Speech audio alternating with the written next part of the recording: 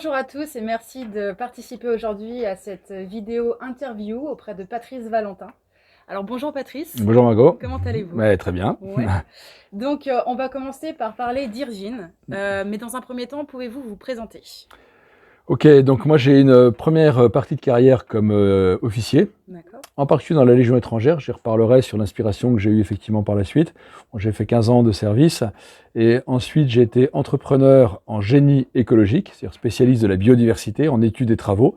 Et je suis toujours d'ailleurs président de l'Union professionnelle du génie écologique et, ce qui nous concerne aujourd'hui, président de l'association Irvine, qui est un centre de formation aux compétences humaines pour préparer les jeunes à construire l'avenir. D'accord. Donc c'est très intéressant tout ça. On va partir un petit peu plus en détail. Est-ce que vous pouvez me dire comment est née justement Irvine? Quelle était l'idée de cette création? En fait, initialement, donc moi j'ai ma première partie de carrière militaire était orientée sur la troupe, le commandement. Voilà, j'étais sur le terrain et j'ai fait une partie à la Légion et une petite partie aussi avec des appelés. Et en 1996, le service national a été suspendu et je me suis dit il va manquer quelque chose à certains jeunes qui avaient l'opportunité d'avoir une expérience humaine intéressante pendant leur vie, qui rencontraient d'autres jeunes dans la diversité, et d'ailleurs un petit peu que ce soit des intellectuels bourgeois ou des jeunes avec peut-être moins de chance dans la vie, et ça va manquer. Cependant, avoir un dispositif militaire n'avait pas d'intérêt. Comment peut-on recréer quelque chose qui s'inspire de cette formation humaine pour être capable de former les jeunes qui ont besoin d'acquérir ces compétences humaines. Et donc c'est parti en 2000, et puis je suis passé par la case entreprise, parce qu'il fallait quand même bien effectivement se nourrir, que j'avais pas d'aide particulière de l'État, et puis petit à petit on en est arrivé à pouvoir créer Irvine en 2015, après cette expérience aussi d'entrepreneur qui m'a permis de rajouter toute la partie biodiversité et système vivant dont on reparlera, et donc de compléter la partie d'inspiration militaire avec la partie inspiration du vivant. D'accord, donc c'est quelque chose de très complet, en mettant entre guillemets l'autorité ainsi que la biodiversité. Justement, est-ce que vous pouvez m'en dire un petit peu plus sur le parcours en question? Pour les jeunes, comment ça se passe? Ouais. Quel est le déroulement?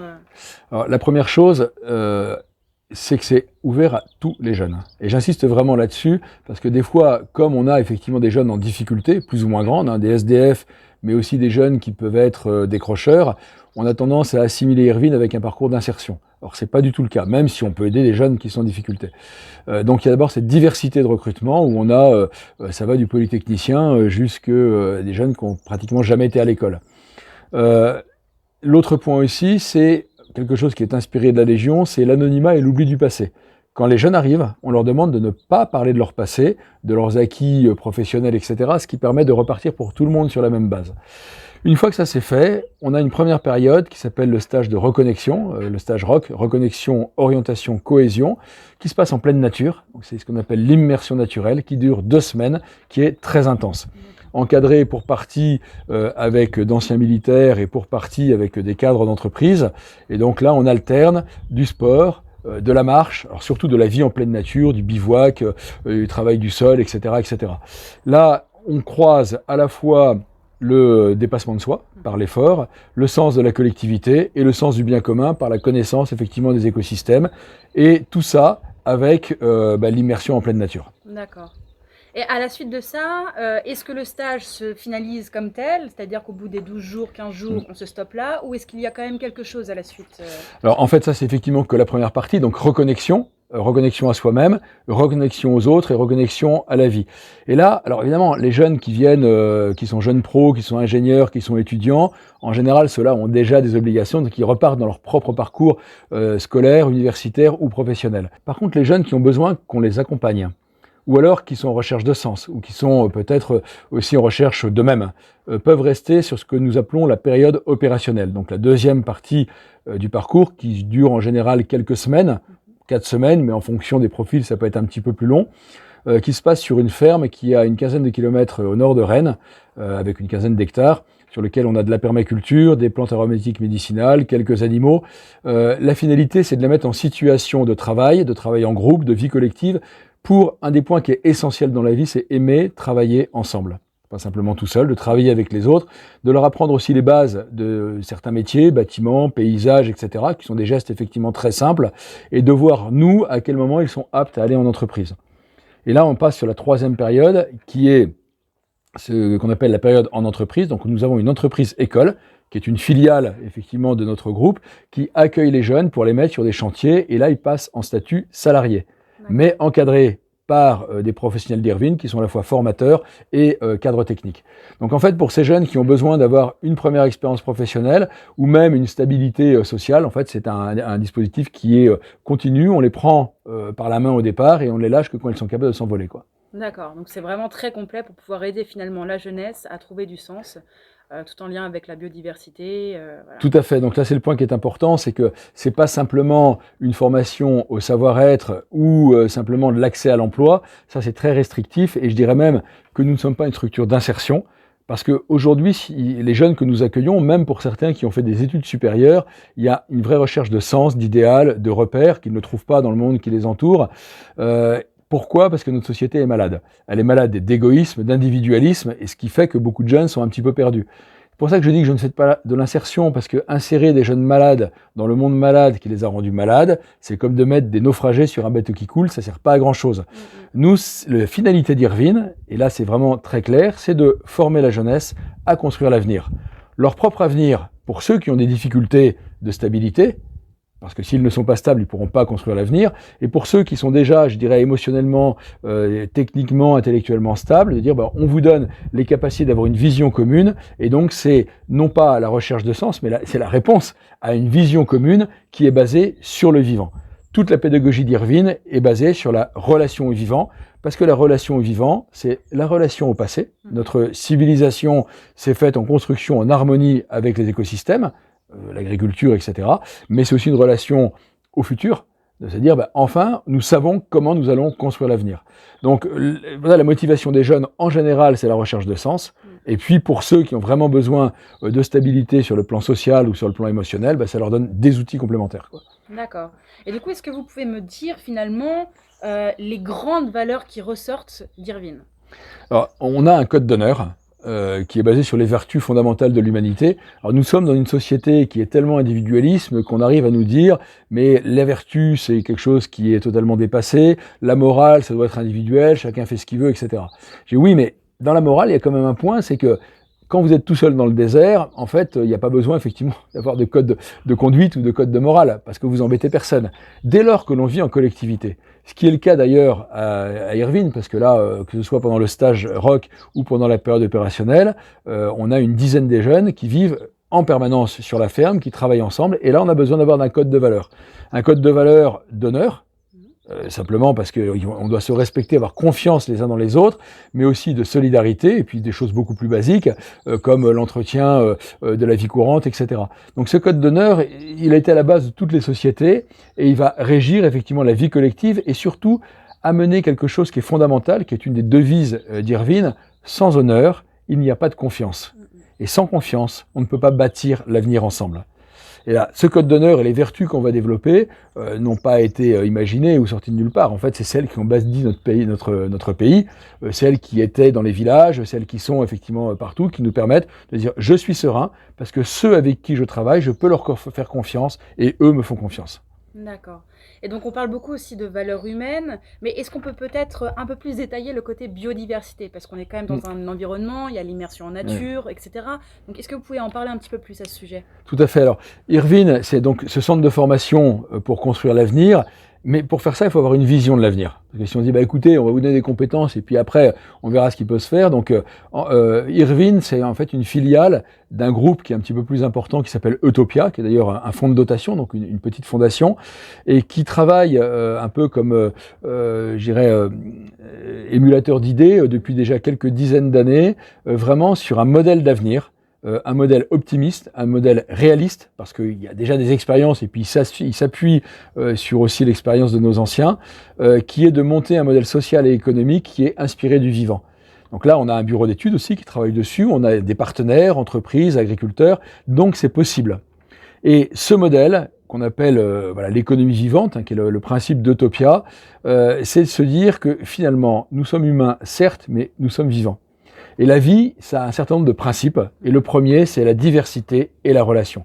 Voilà, ce que l'on voit effectivement derrière nous, c'est finalement la conséquence de l'association de la créativité humaine avec les principes de la vie. Mais on n'a pas changé les principes de la vie. Depuis le commencement, depuis 3,8 milliards d'années, la vie, c'est diversité et relation. Et ça inspire toute la pédagogie d'Irvine, parce que diversité et relation, ça veut dire qu'aucune espèce ne se suffit à elle-même. Elle n'existe qu'en dépendance les unes des autres pour se compléter mutuellement au service les unes des autres. Et c'est pareil dans une société humaine. Tout seul, on n'existe pas. Il ne faut pas confondre indépendance et individualisme. Que nous soyons indépendants, je pense que c'est vraiment une valeur, mais l'individualisme, ça détruit. Nous avons besoin des autres. C'est le principe des cellules familiales, des entreprises, des villages, des associations, je dirais, puisque nous sommes en pleine Coupe du Monde de rugby, en fait, on ne marque pas un essai tout seul.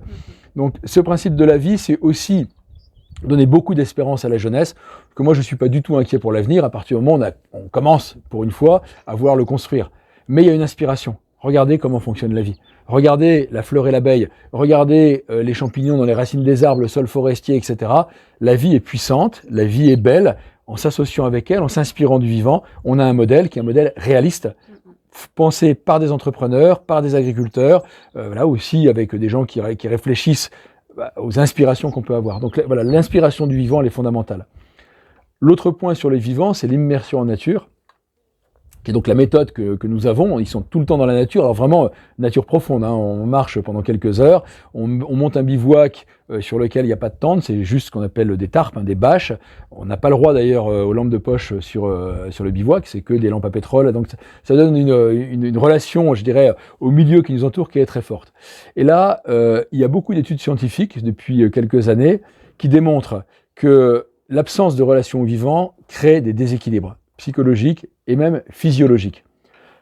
L'inverse, c'est quand vous vous retrouvez en nature, vous commencez par baisser le rythme cardiaque, baisser la tension artérielle, diminuer les hormones de stress qui sont générées par l'hypophyse, et ça, bon, tout ça, c'est très très bien documenté, hein. Ce qui est normal, parce qu'on revient à la maison. Depuis 300 000 ans que l'Homo sapiens existe, sa maison, ceux qui l'entourent, ce sont les autres espèces. Donc on a donc ces premiers phénomènes physiologiques, et en termes psychologiques, il y a aussi l'apaisement, la capacité de relations intrapersonnelles, la capacité de concentration, etc. Donc l'immersion en nature, c'est pas simplement de l'inspiration, c'est aussi thérapeutique. Et le troisième point, pardon, c'est la positivité. Quand on est dans la vie, qu'on observe et qu'on contemple le vivant, automatiquement on peut dire oui, la vie est belle. Et en fait, on a même dans notre chant, le chant d'Irvine, c'est être heureux est une question de choix. Ben, même s'il pleut, et qu'on est dehors, et qu'on n'a pas de quoi s'abriter, c'est nous qui allons décider comment nous nous positionnons par rapport à ces difficultés. D'accord. C'est magique en fait tout ce que vous nous proposez aujourd'hui. C'est la vie qui est magique. Nous, on retourne dans la vie et je n'invente rien du tout. Je pense que c'est le point vraiment essentiel. On s'est inspiré d'une part, comme je vous le disais au départ, du service national parce que ça a porté ses fruits. Alors, c'était pas parfait, merveilleux, pas pour tout le monde, d'accord, mais quand on était avec des hommes droits, avec des hommes forts, automatiquement ça fonctionnait. Des deux côtés, hein, évidemment. Et puis après, on a rajouté cette question de la biodiversité, qui est l'histoire de l'humanité. L'homme est apparu il y a 300 000 ans, pendant l'essentiel de son existence sur Terre, alors je parle de l'Homo sapiens, hein, il était dépendant totalement des autres espèces, la chasse, la pêche, la cueillette, sur une existence nomade. Et puis un jour, il a associé son intelligence créatrice avec la puissance de la vie, ça s'appelle la révolution agricole, qui se passe au néolithique. Et là, on a effectivement quelque chose qui est très magique, c'est cette alliance, l'alliance de la vision de l'avenir avec la vie. C'est l'histoire de nos villages, c'est l'histoire de nos bocages, et c'est l'histoire même par la suite de toute notre société d'aujourd'hui. Et là, on n'a pas essayé de retourner en arrière, ça n'a pas de sens, mais de s'inspirer ce qui a fondé nos sociétés humaines, basées sur le partage, que le partage des ressources, c'est un point fondamental aussi de la vie, pour se dire, finalement, c'est pas revenir en arrière, c'est s'inspirer sur ce qui fonctionnait autrefois, de rajouter les apports technologiques, les apports de la connaissance et de la science, et pour surtout garder les fondamentaux de l'humanité. Donc oui, c'est magique, mais encore une fois, c'est notre histoire. C'est vrai, c'est vrai, c'est vrai. Et du coup, pour peut-être donner un ordre d'idée aux personnes qui nous regardent aujourd'hui, est-ce que vous avez des exemples de stagiaires ou de jeunes que vous avez pu avoir chez Irvine, qui vous a marqué, ou voilà, pour donner peut-être une idée de personnes, de vécu qu'on peut retrouver ici? Oui, tout à fait. Ouais. Alors, je vais en donner un certain nombre de panels. Donc, effectivement, on a eu une fois un jeune qui était avec une enfance un petit peu compliquée, la toxicomane et SDF. Il a encore un chemin qui est long à faire parce qu'il y a aussi des... Mais ça a été assez merveilleux. On peut d'ailleurs retrouver ces vidéos sur le site d'Irvine. Et là, évidemment, du jour au lendemain, passer de la rue à la forêt, alors on est toujours dehors, mais plus tout seul. Et puis avec voilà le fonctionnement, et là on a vu une évolution vraiment radicale de quelqu'un qui reprenait confiance en lui, puis qui se dit d'ailleurs, je me souviens des discussions où il me disait, de toute façon il n'y a que la violence qui pourra résoudre les problèmes de notre monde, etc. Et il a dit en fait non, je ne suis pas tout seul, quoi. Bon là c'est le cas effectivement le plus compliqué, et je vous disais c'est pas, nous ne sommes pas structure d'insertion, donc c'est juste des jeunes que l'on peut accueillir, mais un autre jeune peut-être plus classique, qui avait été à l'école, voilà une famille de classe moyenne, et puis à un moment avait décroché. Comme ça arrive malheureusement de plus en plus par absence de sens. Pourquoi je bosse en fait, juste pour gagner de l'argent plus tard, mais pourquoi faire, etc. Puis on se démobilise, on loupe le baccalauréat et puis on commence à passer du temps sur les jeux vidéo, sur YouTube, sur le canapé, et bon puis quelques petites addictions qui peuvent arriver. Et puis oui, mais c'est un cercle infernal. C'est-à-dire que même d'autant plus d'ailleurs quand dans une famille, je dirais qui est normal entre guillemets, où on voit les cousins, les amis qui eux font des études, qu'est-ce que je fais là? Et quand on est arrivé chez Erwin, ce qui était radical, c'est comme on a ce principe d'oubli du passé, dans la diversité des jeunes qu'il y a là, quand ils arrivent, ils n'ont pas le droit de dire d'où ils viennent, ce qu'ils ont fait, leurs problèmes. En fait, on peut en parler de termes individuels avec les encadrants, mais dans la collectivité, on ne revient pas avec tout son passé. Et donc lui, il était plus décrocheur. Du jour au lendemain, il arrivait, c'était un jeune comme les autres, il avait les mêmes choses à faire, et donc ça a redonné une dynamique, et il s'est remobilisé. Il aimait pas tellement le travail manuel, le travail de la terre, c'était pas pour lui, c'est tout, chacun sa vocation. Et puis je lui ai dit, mais dans ces cas-là, reprends des études, mais passe le bac. Et il a recommencé à préparer le bac au mois de janvier, en candidat libre, il l'a passé au mois de juin, et il l'a réussi. Et maintenant, il fait une école d'informatique, donc voilà, ce n'est pas que pour les métiers manuels. Il veut aller jusqu'au Master 2, donc je ne sais pas s'il le fera, mais maintenant, il est libre de sa vie. Il sait ce qu'il peut effectivement faire, quoi. Un autre jeune qui venait, lui, plutôt des quartiers, donc plutôt révolté, des quartiers populaires, et qui me dit « je kiffe pas la France ». Tu me dis ça à moi, ancien officier de Légion, tu kiffes pas la France, tu me provoques. Alors, en fait, je lui ai pas dit ça du tout, je lui ai dit « ah, tu kiffes pas la France ». Moi non plus, camarade. Parce que nos anciens, que ce soit en 14, en 40, quand ils ont voulu défendre la liberté et défendre les valeurs, tout ce qu'on avait, le bien vivre qu'on avait en France, ils l'ont pas fait pour avoir ensuite une société individualiste où tout le monde ne travaille que pour lui-même. C'est pas à ça qu'ils pensaient à ce moment-là. Je parle à ceux qui ont pris le maquis, etc., et qui ont été vraiment volontairement. Tu kiffes pas la France, moi non plus, mais la différence, c'est que moi, je ne suis pas révolté. On va construire ensemble, parce que j'ai besoin de toi, la France de demain, quoi. Et là, c'était pour lui aussi radical. Alors, ça a mis un petit peu de temps. Et là, aujourd'hui, c'est un garçon qui est parfaitement dans l'axe et qui nous dit, comme d'autres, en fait, j'ai pas peur pour l'avenir parce que même si je perds mon travail, j'ai les capacités en moi de pouvoir retrouver quelque chose. Et surtout, je sais ce que je recherche comme entreprise. Une entreprise où il y a de la solidarité, une entreprise où je sais pourquoi je travaille, une entreprise où il y a de la dignité. Et là, effectivement, ça me permet d'avancer, quoi. Puis après, un autre jeune, donc il est complètement différent, qui était lui trader, en salle de marché, qui gagnait beaucoup d'argent. Et donc quand il est arrivé chez nous, il a pour la première fois de sa vie échangé avec des jeunes qui étaient au SMIC, voire moins, qui lui ont expliqué ce que c'était que de vivre avec un SMIC. Et là, il a appris des réalités qu'on peut pas imaginer, quand on a des salaires en sortant d'école, après école de commerce, etc. Alors, il était déjà dans une phase de recherche quand il est venu chez nous. Il avait, à mon avis, déjà plus ou moins décidé de quitter. Aujourd'hui, il fait de l'enseignement sur les plantes, sur le système vivant, etc. Oui, il gagne beaucoup moins d'argent. Par contre, il sait pourquoi il se lève le matin et la différence avec la maximisation de l'intérêt, du profit, et puis de celle de, non, je trouve un équilibre. Voilà tous ces panels de jeunes. Pour le coup, pour certains, Irvine a été juste une petite étape. Ça a mis effectivement un déclencheur qui leur a permis de passer à autre chose, de faire d'autres expériences. Et pour d'autres, c'était vraiment fondamental. Mais nous, notre but, c'est de leur laisser la liberté de choisir et non pas déterminés par leur passé, par l'absence de diplôme, par des troubles psychologiques pour certains, par des addictions, de les rendre libres pour qu'ils construisent eux-mêmes leur avenir et pour qu'on puisse construire l'avenir ensemble. D'accord.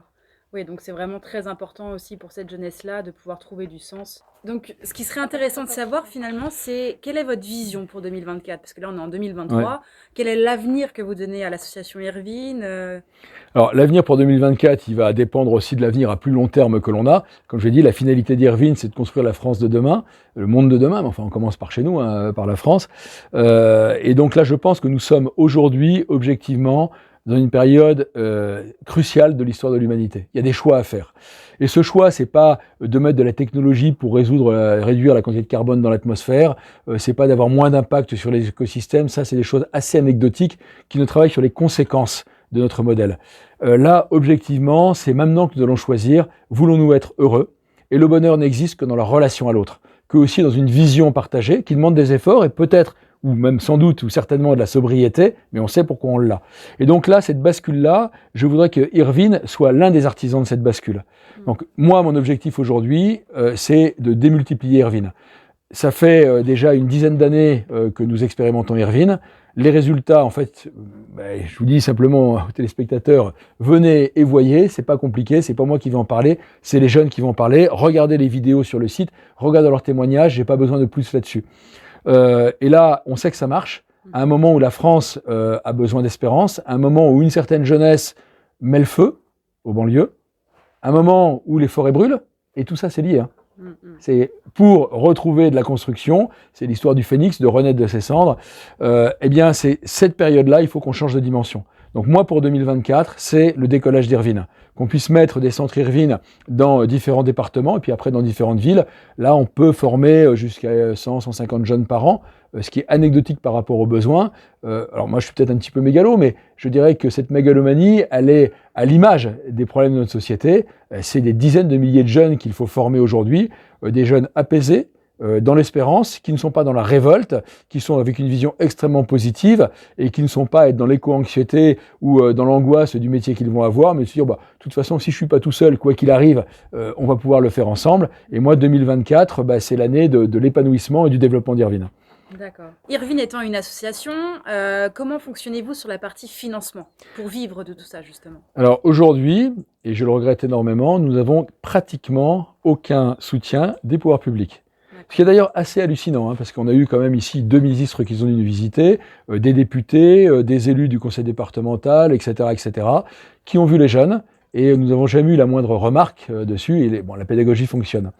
Alors, on a quand même un petit peu d'argent public sur différents départements, mais c'est quoi? C'est à peine 3-4% de notre budget annuel. Donc voilà, on n'a pas d'aide publique, malgré des rencontres presque au plus haut niveau de l'État. Donc aujourd'hui, c'est essentiellement du mécénat. Mécénat d'entreprise, mécénat de particuliers, mécénat de grands donateurs. On développe en ce moment un modèle plus autonome avec l'entreprise école dont j'ai parlé tout à l'heure, qui va aussi générer des revenus, et aussi un centre de formation pour les cadres d'entreprise, entre autres les cadres de contact, les chefs d'équipe, les chefs de chantier, qui sont ceux qui prendront la relève des encadrants d'Irvine. Je veux dire, si jamais moi je redonne de l'espérance à un jeune et que j'envoie dans une entreprise et qu'il n'est pas respecté et qu'on est injuste avec lui, je ne peux rien faire. Parce que je ne peux pas leur apprendre à accepter l'injustice vu que moi-même je ne sais pas faire. Et donc ça peut clasher. Or, des fois, l'injustice, elle peut être perçue alors qu'elle n'est pas forcément réelle, c'est de la maladresse. Donc former les cadres d'entreprise à l'encadrement, à l'autorité juste, voilà, tout ce qui n'est pas fait dans les écoles, c'est un point qui sera aussi une source de financement pour nous. Cependant, il ne faut pas rêver, ça c'est du moyen terme, et à court terme, nous avons besoin de donateurs, nous avons besoin de partenaires. Alors, ces partenaires peuvent être soit des particuliers qui croient que Irvine, c'est un outil parmi d'autres qui est utile pour la France, qui répond aux besoins de la jeunesse, mais aussi des partenaires entreprises. Parce que finalement, Irvine est au service des jeunes, au service de la France, mais aussi des entreprises. Parce qu'une des grandes difficultés des entreprises aujourd'hui, c'est le recrutement de la génération montante, mais aussi le comportement. Si les jeunes n'ont pas envie de travailler ou qu'ils ne savent pas travailler ou qu'ils ne comprennent pas comment travailler, c'est juste destructeur pour l'entreprise. Ce qu'on appelle le désengagement, qui peut être réel, c'est-à-dire on part, ou simplement ne plus travailler en entreprise. Et donc là, pour les entreprises qui nous financent, qui seraient des entreprises avec qui nous partageons les valeurs, c'est un point qui est vraiment essentiel, c'est pas simplement du mécénat. C'est de l'investissement par la suite pour pouvoir recruter des collaborateurs qui sont fidèles, qui sont engagés pour l'entreprise, avec qui on partage les valeurs. Comme je disais tout à l'heure, nous avons une grande ambition pour 2024. En fait, nous sommes une start-up à la fois écologique et sociale, et nous sommes vraiment dans cette partie de la start-up où on a fait notre recherche et développement. Alors nous, c'est pas dans un garage parce qu'on n'est pas dans la techno, c'est dans un poulailler, objectivement. Mon bureau, c'est un poulailler. On a fait tout ça, on a expérimenté, on a testé, on s'est trompé, on s'est relevé, et là, on a des résultats qui sont merveilleux. Enfin, moi, je suis émerveillé par l'évolution de nos jeunes qui, en quelques jours, changent physiquement. Alors physiquement, comment? Parce que Au début, ils sont comme ça. Alors, c'est parce qu'ils ont peur de l'avenir, ils n'osent pas regarder, ils n'ont pas confiance en eux. Puis le portable nous amène à une attitude qui est vraiment pas ouverte vers les autres. Là, il n'y a pas de portable pendant nos stages, donc ça aide. Et là, on a confiance. Mais quand j'ai confiance, je me redresse, je regarde les autres. Et le point fondamental, et je vous dire que j'ai beaucoup d'images qui passent dans la tête quand je vous dis ça, c'est le visage qui s'éclaire. On a des jeunes qui se mettent à sourire. Et qui sourient parce que joyeusement, ils s'amusent, qui retrouvent un petit peu... Il y a une qui nous a dit d'ailleurs un jour, et qui avait pourtant un passé très très difficile, ah, mais j'ai rigolé comme quand j'étais enfant. Et j'avais plus fait ça depuis des années. Je rigolais quand j'avais bu, ou je rigolais pour faire un peu bien, etc. Et là, en fait, je me suis lâché, quoi. Donc, quand on voit effectivement ces merveilles-là, on se dit, on a testé, ça fonctionne. Et je vous dis, on est une start-up. Et une start-up, quand elle sort de son prototypage, elle a besoin de beaucoup d'argent tout de suite. Ça s'appelle la vallée de la mort. C'est très bien connu par les start-upers. Et en France, on ne sait pas faire ça. Donc, on a besoin d'investisseurs aujourd'hui qui nous accompagnent. Moi, j'ai pas besoin de mendicité, si vous voulez. Ce que je recherche, c'est des partenaires qui nous disent, écoute, petit, ton truc, c'est pas mal, mais t'es un peu petit là. Moi, je vais venir avec toi, avec mes idées, avec mon entreprise, avec mes partenaires, avec des idées de structuration. Peut-être que je vais te donner quelques contraintes pour effectivement développer ça. Mais là, on a besoin évidemment de moyens financiers importants parce que la jeunesse en a besoin. Que, indépendamment de la jeunesse, il n'y a pas d'avenir pour notre pays si la jeunesse ne s'engage pas. Et puis, surtout, mais on se marre. Même ceux qui viennent nous aider. Souvent, ils disent, ouais, vous venez ici, mais ouais, je ne sais pas si ça va marcher. Mais comme on est dans l'espérance, on est dans la joie et la positivité, au moins l'instant d'aujourd'hui, il est gagné.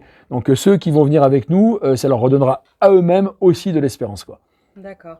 Et justement, pour toutes les personnes qui nous regardent aujourd'hui, comment on peut contribuer à ça? Est-ce que vous avez un site internet? Est-ce que vous avez des endroits pour pouvoir faire les donations, justement? Voilà, c'est très simple, c'est très bien fait.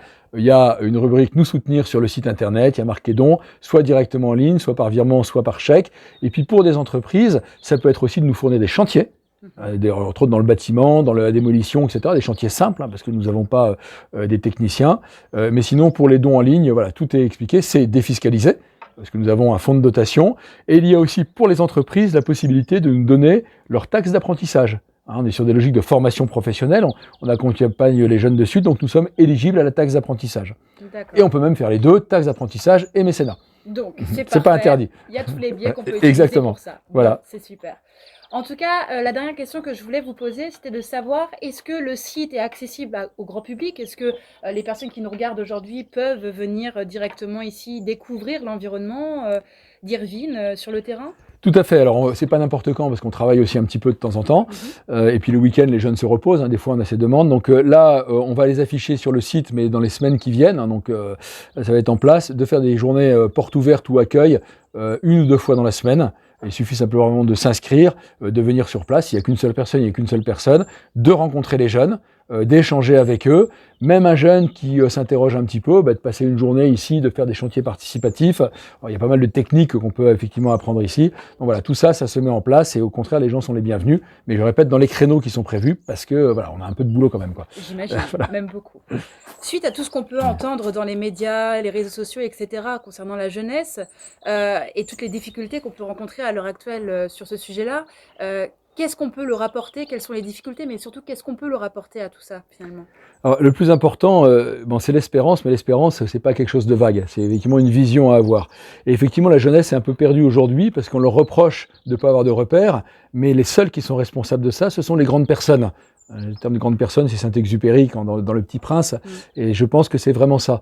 Donc oui, on a beaucoup de jeunes qui disent « mais où je vais, vous nous montrez pas la voie. D'ailleurs, vous-même, vous êtes un individualisme et vous nous le reprochez. » Et aujourd'hui, il y a un certain nombre de risques pour la jeunesse. Et on les voit pour certains qui se perdent un peu comme ça. Donc je vais dire un petit peu les différents scénarios qu'ils peuvent avoir. Il y en a un qui peut être le repli sur soi. Le repli sur soi qui peut être aussi de se dire je me mets dans la campagne, je prends un petit morceau de terrain, etc. Mais nous avons besoin de se donner les uns aux autres. Et donc, je dirais même la production agricole doit fournir aux autres et se dire j'attends que le monde s'écroule et je me mets à l'écart. On peut pas vivre en dehors d'une société. C'est pas le plus embêtant. Il y en a un autre qui est le cynisme. En se disant de toute façon c'est comme ça, j'en profite et puis la technologie nous trouvera bien une solution et puis il y a les 2 tiers de l'humanité qui est en grande difficulté aujourd'hui mais moi c'est pas mon problème et je continue à bouffer comme un cochon d'une certaine manière. Et là il y a un très grand vide dans l'âme parce que ça peut pas marcher. On va être sur une course individualiste toujours plus. Or, la possession ne rend pas heureux. Enfin, ça se saurait, hein, ça se verrait. Et d'ailleurs, on voit bien notre société qui est comme une société de riches. Je dirais même les plus pauvres de France par rapport à quelqu'un qui est en zone de guerre ou qui est en situation de famine. Voilà, on a quand même une certaine abondance, mais on a ce que l'on veut, on a la communication, les smartphones, etc. Et pourtant, la consommation d'anxiolytiques, d'antidépresseurs ne fait qu'exploser, hein, les cures psychologiques, etc., etc. Donc on voit bien qu'on n'est pas heureux par la possession. Il y a aussi une autre piste qui est celle de la révolte. Alors la révolte, c'est je supporte pas ce modèle et je vais le détruire. Et ça se passe soit dans les extrêmes politiques, gauche ou droite, voire l'écologie de révolte, voire religieuse, qu'on voit de plus en plus. Donc on reprend le repli sur soi, etc.